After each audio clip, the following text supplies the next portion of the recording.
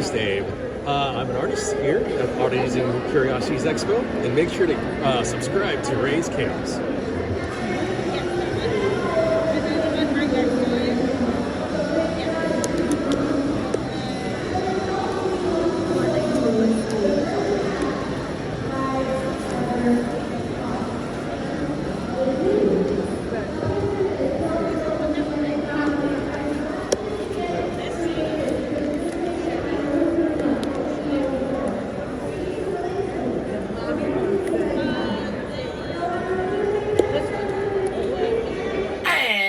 Welcome back, everybody. My name is Raze Chaos. You've made it back to my channel, and oh yeah, Raze is excited once again. You always get a video, and Raze is excited because he loves his characters. He loves the characters that he collects. He loves the characters that they've put forth from it, and he absolutely he tends to go nuts with DC. And today's character is one of those characters that like Raze absolutely has loved ever since he was young. And oddly enough, it's not a good guy, it's a bad guy. It's actually Deadshot. Deadshot originally appeared in Batman number 50, Batman number 59, way back in 1950. We'll figure this out. Okay, so initially he had this this kind of old western motif, and he first appeared as a new vigilante in Gotham City, and he was going to basically, stop criminals. His whole thing was he would shoot the guns out of the criminals' hands and be able to snag them relatively easy. Batman kind of saw that there was a little bit more to this, because anytime a new vigilante shows up in Gotham City, they eventually become Batman's enemy. I always wonder if that's always supposed to be the case, or if Batman just no, it's just me. But at any rate, basically, the way Batman defeats him at first is essentially he finds Deadshot's hideout, and he essentially adjusts the sights on Deadshot's pistols. And so when Deadshot tries to shoot Batman, because Batman's found him out and everything, and Deadshot basically figures, well, if I shoot this guy, then my secret's still safe. But he can't seem to hit Batman no matter how hard he tries. You can't seem to hit me, Lawton. So what? So you're just one more thug with a gun. And then they find out later that Batman had adjusted the sights so he couldn't shoot straight. Isn't that cute? 1950. They had some of the most odd little stories in there, and Batman had the weirdest ways sometimes as far as of defeating his enemies. It's cute, isn't it? Okay, so what they've done with the character since then, obviously the next time Deadshot appeared, he was wearing this outfit, and he was, at that point, he was already considered one of the best assassins in the world. So essentially he didn't, he came back with a vengeance. He was going to be taking people out left and right. Well, bagging you will be one hell of a payday. But to go back to his earlier days, before the whole "let me go be a vigilante in Gotham," because he turned up when he first showed up. He was much like Batman in the respect, as far as appearance goes, as far as he was going to be a vigilante that fought crime, even though that wasn't the case. He was basically a rich guy. He actually had a sidekick, like his chauffeur. I don't remember his name, but he had like a trusted sidekick that would help him out. So like how did this rich man decide to be a villain in Gotham? Well, his story does go back to, he did come from a very prominent family, just not from Gotham, and he was basically the younger son that could never measure up to his older brother, and basically his parents were very, very much the kind of I mean, I'm sure anybody watching this has heard about it. These two people whose marriage was more like a business transaction, like a combination of wealth to basically make to become one family and become even stronger than the two families separate, that kind of thing. The pooling of fortunes, I guess you'd say. Yeah, that's one of those kinds of situations. Well, when you have a marriage like that, which is more transactional than it is actually based out of a mutual interest in the other person, a mutual interest. Basically, if the marriage isn't formed out of a desire to be together, romantically or passionately, however, if there's no emotion involved in a marriage, it is going to it's going to go sideways. Don't take this personally. And essentially, that's kind of the way it went. Each of their parents kind of put on the show for a while, but eventually, each of them just kind of thought, if I get a divorce, I bet I could take all of the other person's shit. So the competition began between Floyd Lawton, Deadshot, between his mother and father, and the mother being the more wicked of the two, and she essentially showed her teenage sons. I believe it was like I believe Deadshot here was like roughly 12, and I don't remember exactly how much older his brother was, but basically, yeah, she kind of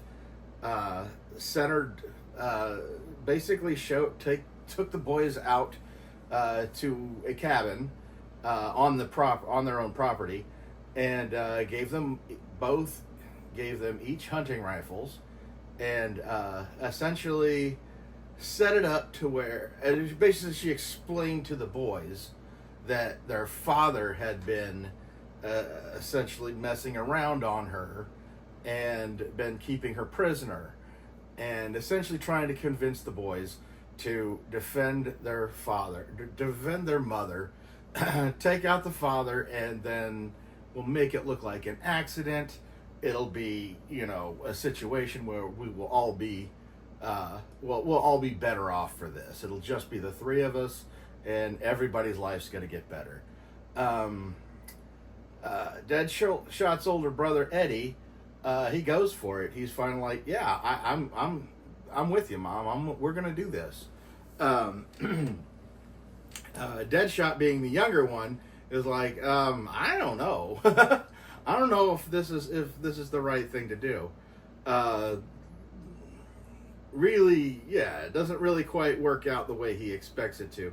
Well, obviously at this point, Deadshot has already become quite the marksman. So they lock him up in the cabin while they go to play out this murder of Deadshot's father. Deadshot manages to get out. I guess Floyd, I should call him Floyd because he's not Deadshot yet.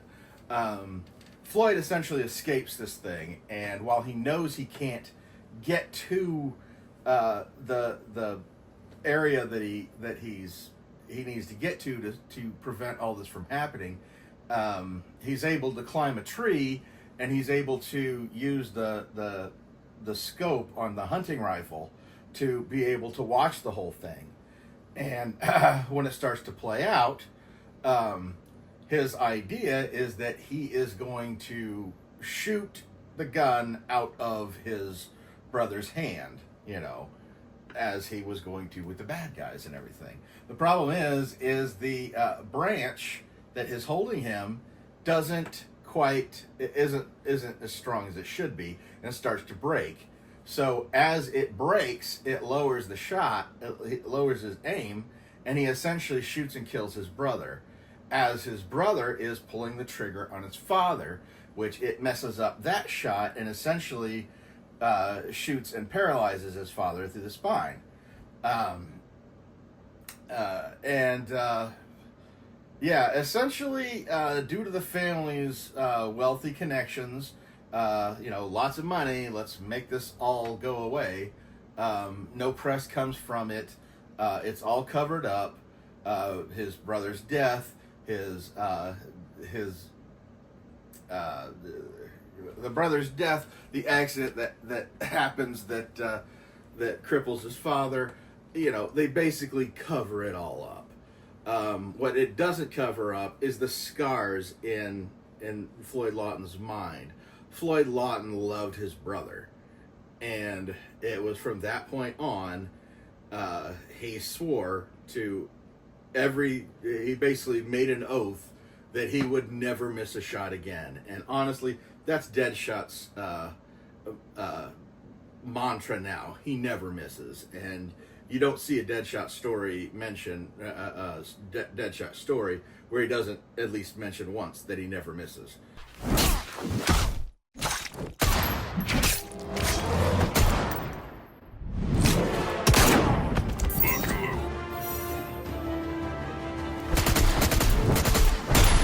So yeah, then he goes on probably to get away from that really toxic family, and it's already damaged him. He tries to be the criminal superhero in Gotham, doesn't work, gets put away, but his psyche is fragmenting the entire time. Essentially, he develops a death wish, where while he would never actually commit suicide, he would, however, put himself in situations in which the possibility of him not making it back was very strong. Was that meant for me? That progresses throughout his criminal career, eventually landing him onto the Task Force X, or the Suicide Squad. He seems like a prime candidate for that, and they take him out of prison to get him in there. And just to let you know how messed up this is, by the time, as the story goes on, he's a very prominent member of the Suicide Squad, especially under Ostrander's run, his guiding direction. I know I mentioned John Ostrander a lot, but I really don't think he gets the acclaim that he really deserves for his character development. At one point when I won't go. I'm getting ahead of myself. It's just like old times. The kind I'd like to forget. While they're going through the missions and everything, the death wish becomes more and more prominent. He doesn't react to things, so they decided to do a mini series to flesh that out a little bit. Ostrander himself did it, which is actually excellent. What I loved about it was it starts out with them going after a drug cartel boss in a jet, and the Suicide Squad infiltrates the guy's staff, and they don't confront him until they are airborne. They are in the sky, and when he's face to face with the guy who, it's a situation. It's basically an assassination. They are going to kill this cartel boss. And when the man's standing there, he's looking at Deadshot, just holding his wrist magnums up and ready to go. And he says, "You won't shoot me in here. We're in a pressurized cabin." And he was just like, "You're not gonna shoot, risking missing me and hitting the fist, risk hitting me." Hitting the cabin, depressurizing it, and basically causing everybody to die. And to prove him wrong, Deadshot shoots one of the windows out. And then shoots the guy. No, I believe he shoots the door out. And then shoots the guy. And then they all get sucked out of the air, out of the door. And Deadshot is falling. And the thing that is most noteworthy, Deadshot is not screaming. He's essentially, his death wish is there. He's fine. If this is how it's going to end, finally, it's coming. And Black Orchid was on the team. She's a character that can fly. She flies up to rescue him. And Deadshot's like, well, either way, I guess. Yeah, as far as that miniseries progresses, basically the comes the discovery that Deadshot did have a relationship at one point, and he did have a son. And Deadshot has been the type of person, no sentimentality, no caring about a thing, and essentially gave the mother money and said, yes, it's best if you don't come anywhere near me. And he finds out basically that his son has been kidnapped. And when he goes back home to find out about this, over the course of hunting for his son, he discovers that, his mom had set the whole thing up.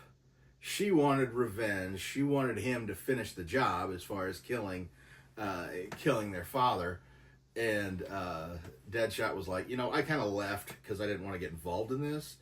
It is revealed that one of the people that is essentially watching Deadshot's son is not the kind of person that you want to be want to leave a child with. And when Deadshot meticulously goes through and takes out the entire gang of criminals that have been holding his son, when he gets to the last guy who should not be left alone with a child, he essentially makes a long speech, and as he does it, he shoots out the guy with these powerful wrist magnums, starts shooting like his shoulder, his elbows, his knees, basically picking him apart before finally shooting him through the chest, because he's letting his rage out. And when he finally goes back to his mother and everything, he essentially shoots his mother through the spine, and as he puts it, to make his parents a matched set.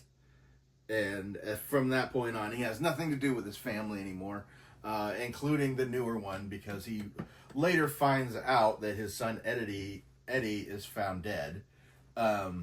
So while he did care enough to go after him that time, he still didn't stay around. You made yourself an easy target. Yeah, immediately after that, the squad goes on a mission to try and keep Colonel Rick Flag Jr. from assassinating a senator who is threatening to reveal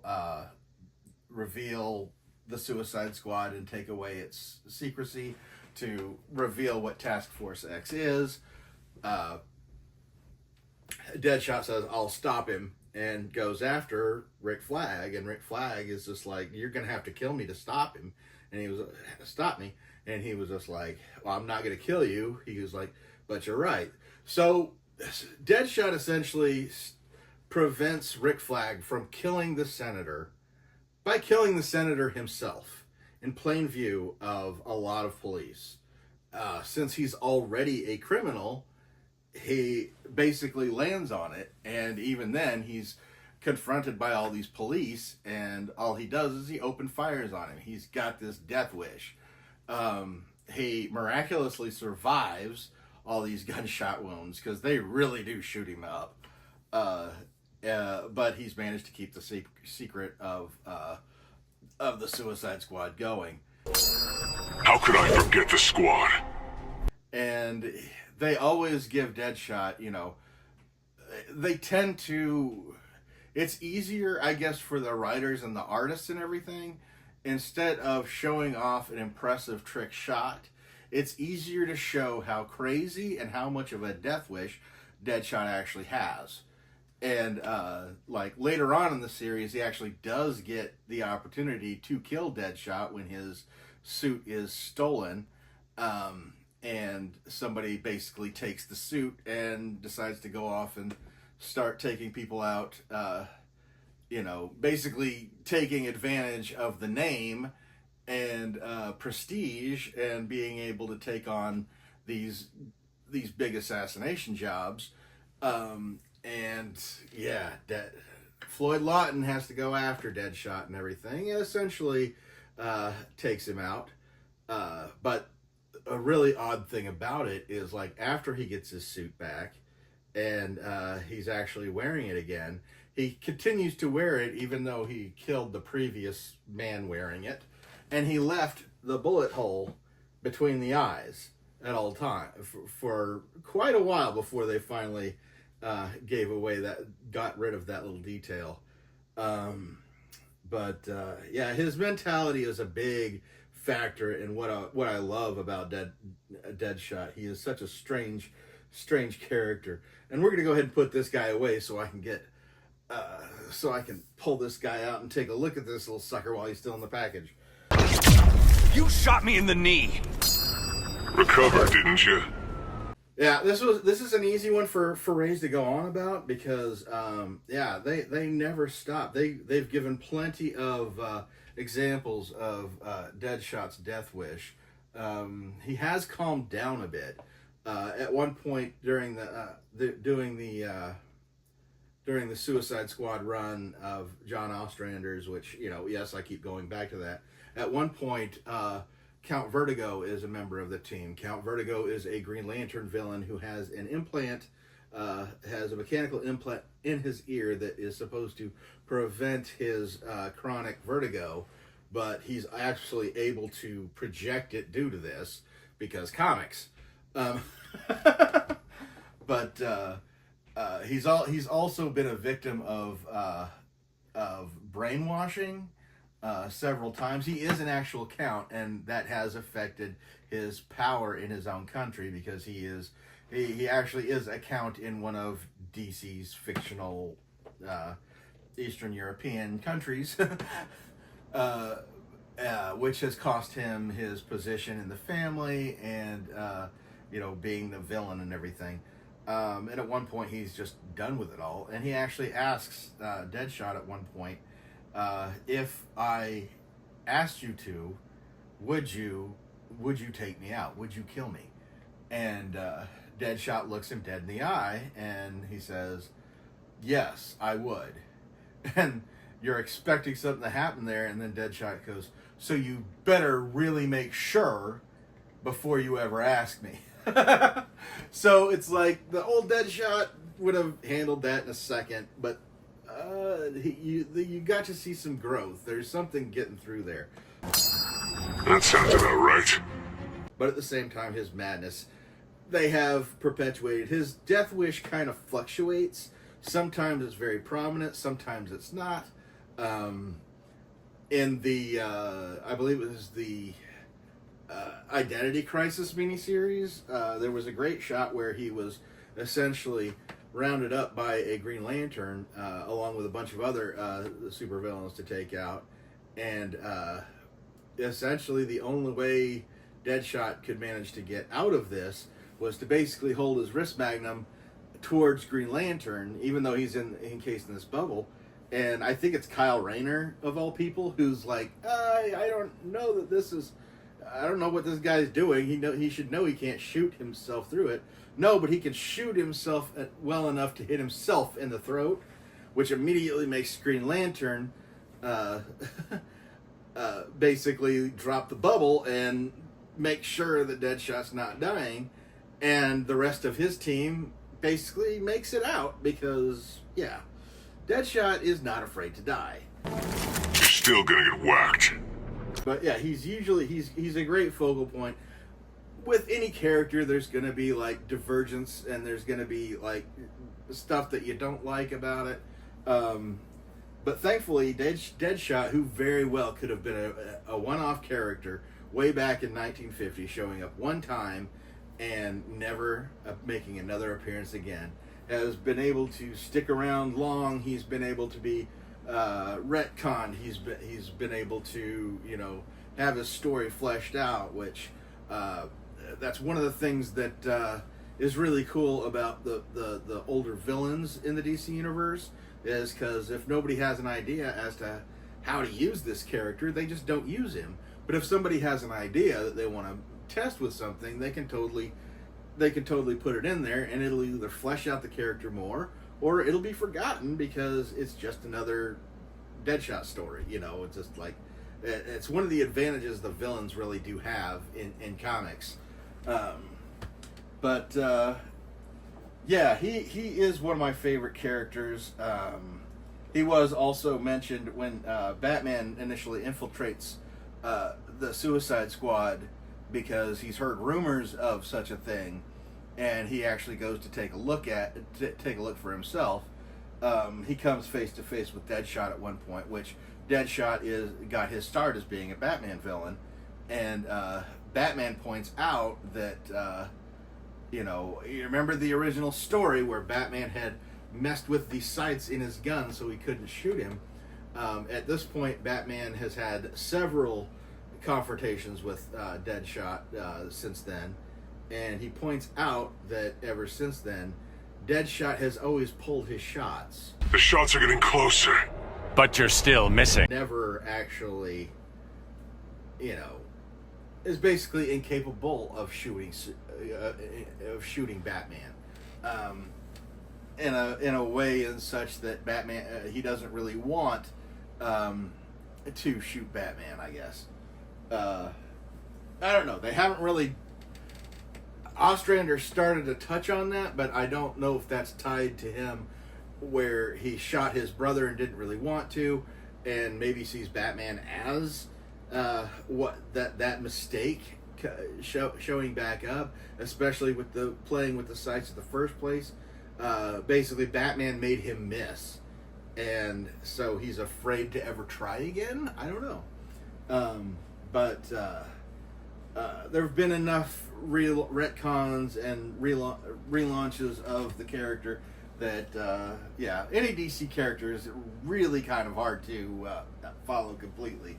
But he has surpassed. He's made several appearances in other media. He was in the Justice League.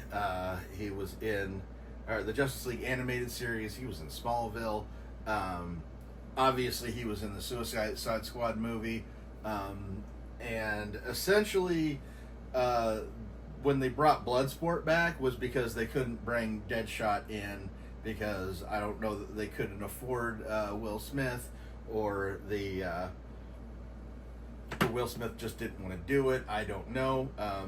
But Bloodsport was basically, while Bloodsport is an actual character, he was basically the closest thing they could get to actually using Floyd Lawton again. And since they had changed his race using Will Smith for him in the first movie, made him that much closer to Bloodsport in the comics. So they probably figured they could just, we can just substitute him in. Bloodsport was never popular enough before that. It was just basically a very obscure character that they were like, well, we could put in there and nobody's really going to complain about anything. But yeah, Deadshot has appeared in like another animated Suicide Squad feature that I don't believe I've even seen yet. But enough of that about that. We're going to take this guy out and we're going to have a look at him. How many bullets I need to break that out? And here he is. Oh my goodness, Raze loves it looking at these. This is exciting. A lot of people have asked in the past, like, what exactly these things hanging off of his belt are. At one point, I believe they were explained as being scopes, which is, it's like, okay, maybe they are. The thing is the wrist magnums that attach to his obviously his wrists. And it's great because they actually had, they used to have diagrams of it, showing how the wrist magnum would wrap around his wrist, and the trigger would actually be something that looped around his thumb. So it would just be a matter. We always see Deadshot aiming at people like this. It's because, yes, that's how he triggers it, is jerking his wrist to the right. And a lot of the people fire off when they jerk their wrist to the right. Could not avoid that if I had tried. But the scope for his the sight on there is actually attached to the red eye spot on there. This is actually the sight to where when he's holding it, he can actually move his arm around but still be able to see exactly where that shot's going to go. Yeah, I've always loved this character, and I've always loved this look.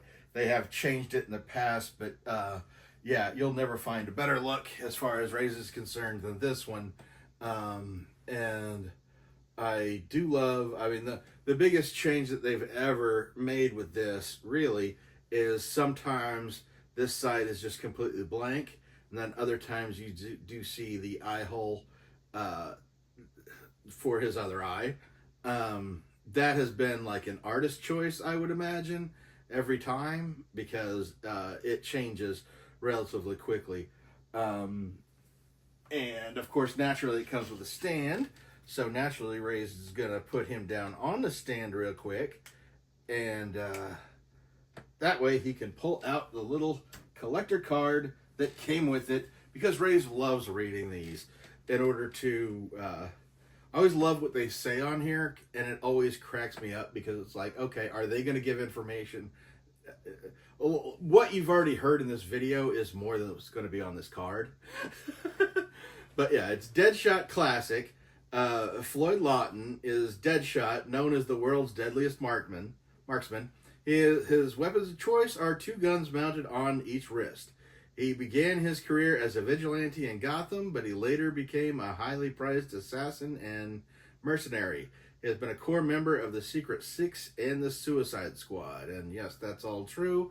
The Secret Six essentially became like the successor to the Suicide Squad after a certain point.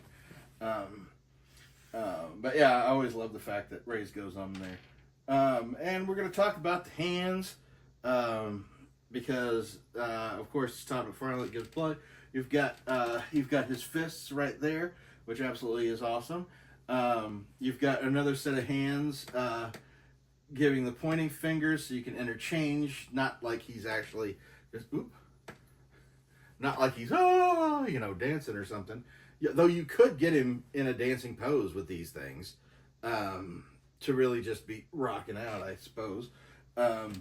His other hands are kind of funny because they are in the shape of hands holding a gun, which is cute because he doesn't come with a handgun of any kind, but all the better. What he does come with are his wrist magnum barrels, which is really cool, and I love this look because yeah, you get him.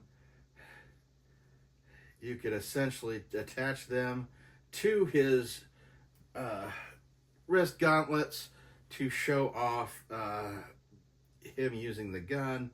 I do think it's interesting that they didn't already attach the first 2 sets. Can't really complain, but I don't know if that was to emphasize the fact that, yes, they actually do have like 2 other sets of these wrist magnums. You've got you've got the non-shooting versions. You've got the smaller shots happening on this. Probably maybe after a shot. You know, you get the big shot going, and then this is kind of after. I don't know. I mean, it's supposed to be that he has several different caliber firearms in those wrist magnums. different calibers, so the shots can be different. And then you've got the final bigger shot. I don't know if this is supposed to be the smoking gun version, or just a more elaborate shot.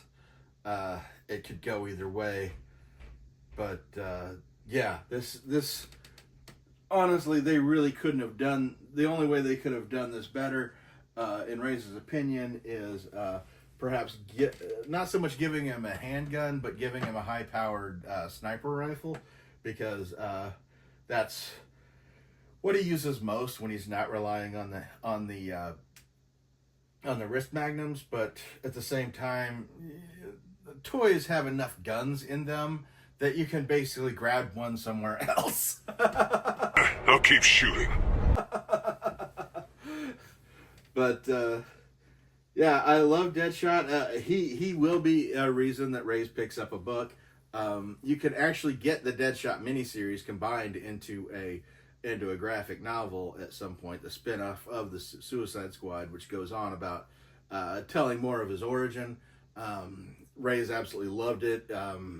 Probably what pushed Deadshot into one of his more favorite characters to one of his favorite characters. It really pushed him to the front of the line, in essence, seeing how crazy he actually gets. But I love the amount of different poses you'd be able to put this guy in, because it is articulated just like any other Todd McFarlane figure. And yeah, Todd McFarlane makes it really, really hard not to buy a bunch of his figures. But when they do one of Raze's favorites, when one jumps out, Raze is going to get it. Raze has been avoiding the Adam Strange like crazy, because not one of his favorite characters, but the figure looks so good.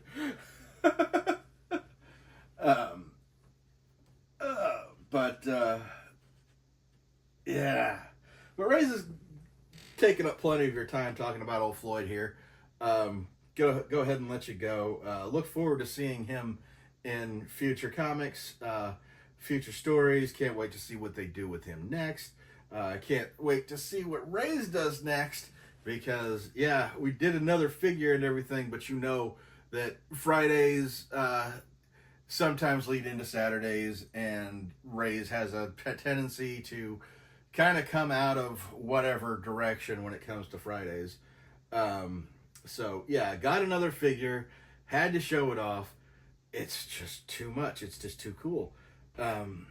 But Raze is going to go ahead and let you go now. We're going to go ahead and say goodnight, Gracie. Say goodnight, Floyd. We're going to change your finger into a pointing to point at the people. Well, yeah, we are going to do that. We're going to go ahead and change his finger, so he's pointing just like Raze is. And yeah, so gonna go ahead and let you get. I hope you enjoyed this video. Let me know in the comments below what you think of Deadshot. If this is a character you would like to see more of in the comics. Raze can only do so much. Let me know if you followed this character, when you fell in love with him. But never forget, we're gonna go ahead and do it. You point, I point. Never forget, the life is full of odd moments. You never know when you're going to be defined.